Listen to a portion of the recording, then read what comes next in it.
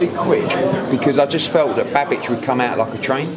But actually, when I spoke to Dillian White earlier in the night, he basically told me they were going to try and box and take Johnny deep.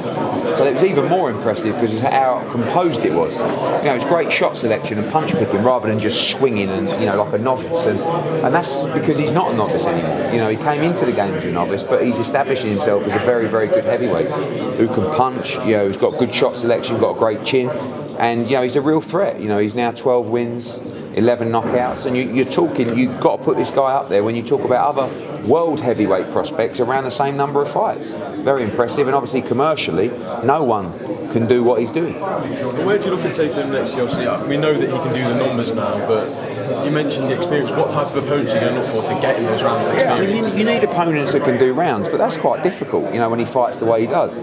Next time he headlines, which I don't know when it'll be, end of this year or probably January, February of next year, you need a name. It could be Adelaide, could be Dacres, could be Wardley, could be Clarke. So you've got to be ready for those kind of fights. So the next 2 fights which you have this year will be really important to give him those rounds to make sure he's ready to headline again. And then finally for me, we saw Dillian White here, but much earlier in the night than what we thought.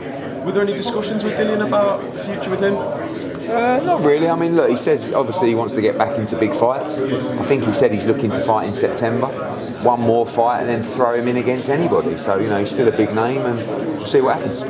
Hey, Pro Boxing fans, just talk to us about the stoppage. Did you feel like the ref stopped it at the right point? Well, unless you wanted to see terrible damage done to Alen Babic. I mean, he was completely gone. Whenever a fighter gets up and literally can't control their legs, you have to stop. You don't even wait for them to settle. You just stop the fight. Like, if you would have let that fight go on, it could have been a really, really nasty ending. And Alen Babic is a lovely man, and he's game as they come. Like, he'll always try and fight on, but the referee saved him from a horrific beating, and I'm very glad the fight was stopped. I believe Bellew said on the deciding he feels like Fisher's just maybe 1 or 2 fights off a Clarke or a Wardley, and he preferred to see like a Adelaide or Baker, something like that. Do you agree? Or? Yeah, I think he beats Wardley and Clarke now. I honestly do, but I also think it's a risky fight, and as you saw tonight, we don't need to take really risky fights just yet. I mean, there was a risk tonight, but I felt very confident it was the right fight for him. We just got to make sure we get those fights in between those kind of fights to make sure that he's ready, and we'll take those fights when he's 100% ready, and when we do, we'll fill up the O2 or wherever it will be. It's fighting for me next week, Robert Tennis against Avanesian. What can fans expect from that? Well, just a top 5 pound for pounder. An incredible atmosphere in Philadelphia, and a star. Should have really been born. So reborn, if you like, or whatever he is in American boxing. And we're on an incredible run at the moment, especially in America, and next week's going to be really special. Eddie, Alen Babic's sporting is meant to be a considerable step up for Johnny tonight. Were you expecting a little bit more from Babic for him to provide more of a test for Johnny? No, I knew that when Johnny landed clean, Babic would be in big trouble because Johnny's punching really hard at the moment. I was surprised a little bit how clean he hit him early, because one of the things Johnny's struggled with in the past is that accuracy with all the shots, but everything was perfectly placed. If the hands were here, it was around the top of the head. When the hands came down, it was one through the middle. And that was what impressed me the most. And the thing is with Alen Babic is he's a small heavyweight, and when he gets hit hard by a big, strong heavyweight, he's not going to be able to live with it, and that's what you saw. Now that Johnny stepped up and fought of Babic, how do you manage it from here? The fans, after seeing him destroy Babic like that, there's going to be a lot of clamour for more big names. How do you manage it from here, and what sort of opponents are you going to be looking at? When you headline, again, it is a big name, but it's what you do in the middle, so you don't want to put the pressure on all the time for him headlining. So when he fights on the undercard, he doesn't need to be in a Wardley or a Clarke or whatever. So that's really important now that we use those fights to get the experience that he needs and the rounds in the bank. And just finally, Eddie, Anthony Joshua, massive fight against Daniel Dubois, one that's really going to get the British fans excited. Is that really a bit of not a semi-final, but is the winner of that fight looking at potentially the winner of Usyk? I think because the winner of the other fight can become undisputed by fighting them. Obviously, Usyk's already done that, but especially if it's Tyson Fury, makes the fight huge. But you know, the winner of AJ against Dubois, the natural fight is to fight the winner of Fury Usyk. Jolien for Title Sports Network. Eddie, you mentioned Johnny Fisher and compared him to one Henry Cooper. Could you just expand on that? Yeah, it's actually Derek Chisora I had a conversation with. He said he reminds me a little bit, you know, the popularity of like old Henry Cooper.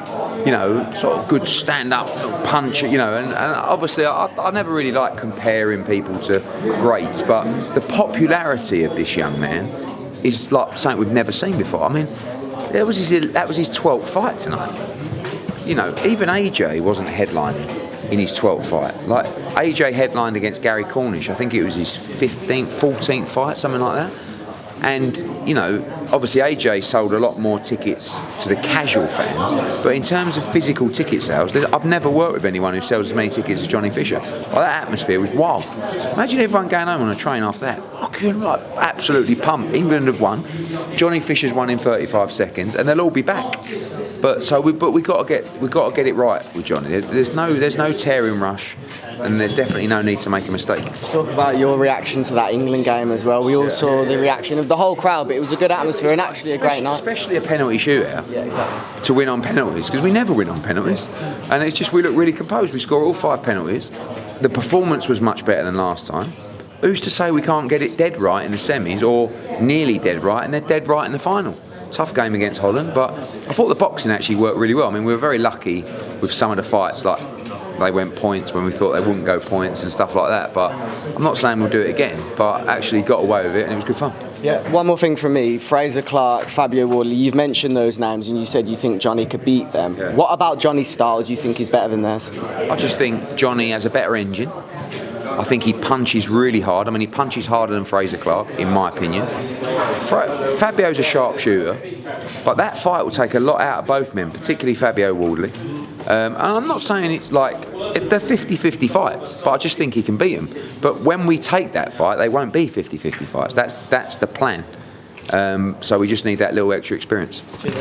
Maisie Rose suffering defeat tonight. I think everyone was pretty clear what the next step for her was going to be Chloe Watson. What is sort of the path now that I suppose the Watson fight is off the table for Maisie Rose? Yeah, I mean, I thought she was disappointing, you know, particularly in the first half of the fight.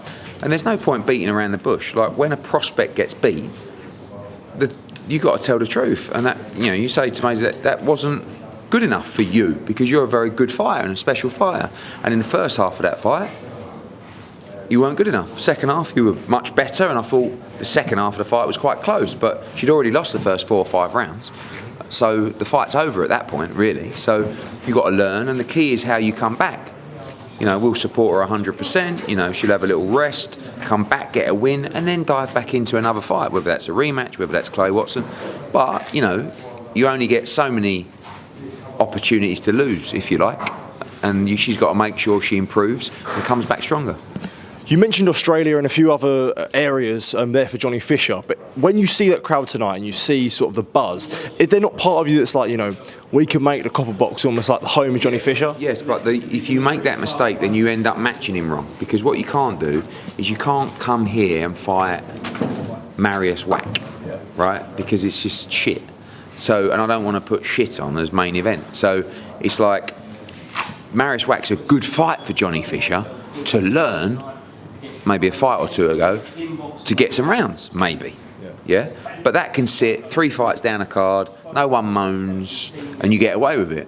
We need, not Marius Wack, but we need a couple of those fights before we headline again. Because when we headline again, we'll probably headline against Adelaide, maybe the loser of Fabio Wardley against Frazer Clarke, maybe even the winner.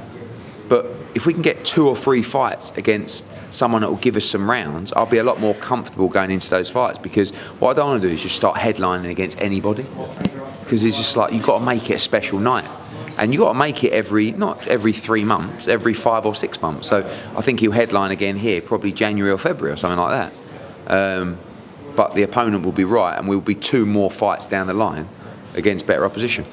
Away from tonight, obviously we see the Paris Olympics coming up, and obviously there's going to be another Team GB cycle. I saw Ramtin Musa sitting next to you at ringside tonight. So what's the plan when you have that, suppose, that sort of new crop of Team GB athletes coming through and looking to turn pro? They're all good. Like, you know, they're all going to get offers. I have to make the offers based on the potential that I think people have. And that potential is based around potential ticket sales, exciting style, but mostly around just a gut feeling and a look in their eye to go, yeah, let's do something together. I want to work with you. And some of them, I mean, Joe Caldina was a great example of someone that I watched in the Tri-Nations myself at York Hall, probably 15 years ago. And I went, I think he's a future world champion. And then when he turned pro, I was like, we need to sign Joe Caldina. There's other kids that I watched in the Commonwealth Games in Birmingham 2 years ago that I watched and I thought, I like you, you know. And listen, some people have their amateur career goes like this, but we are, you know, we've probably had, because of that cycle, I don't know, 8 fighters in the last 3 or 4 weeks that are ready to turn pro, and you can't sign all of them. And some you'll miss out on, and some you'll sign and shouldn't have signed. But you just have to, you know, speak to people, speak to the individual, and try and make the right picks. Rampton would be someone that is of your interest. He's a very good fighter, you know. But the business has got to be right for everybody. He's got to like the deal. We've got to like the deal. We've got to have a plan. I don't just want to sign people and then not really have a strategy, because that's what a lot of promoters do. And you know, you want a proper plan. You see how we bring fighters through. Johnny Fisher, you know, even guys like Bam. Yeah. You know, Ray Ford, Pacheco. Like, we know what we're doing. We've been doing it for a long time, and we've got the platform and the shows around the world to do it. Cheers, Eddie. Thank you.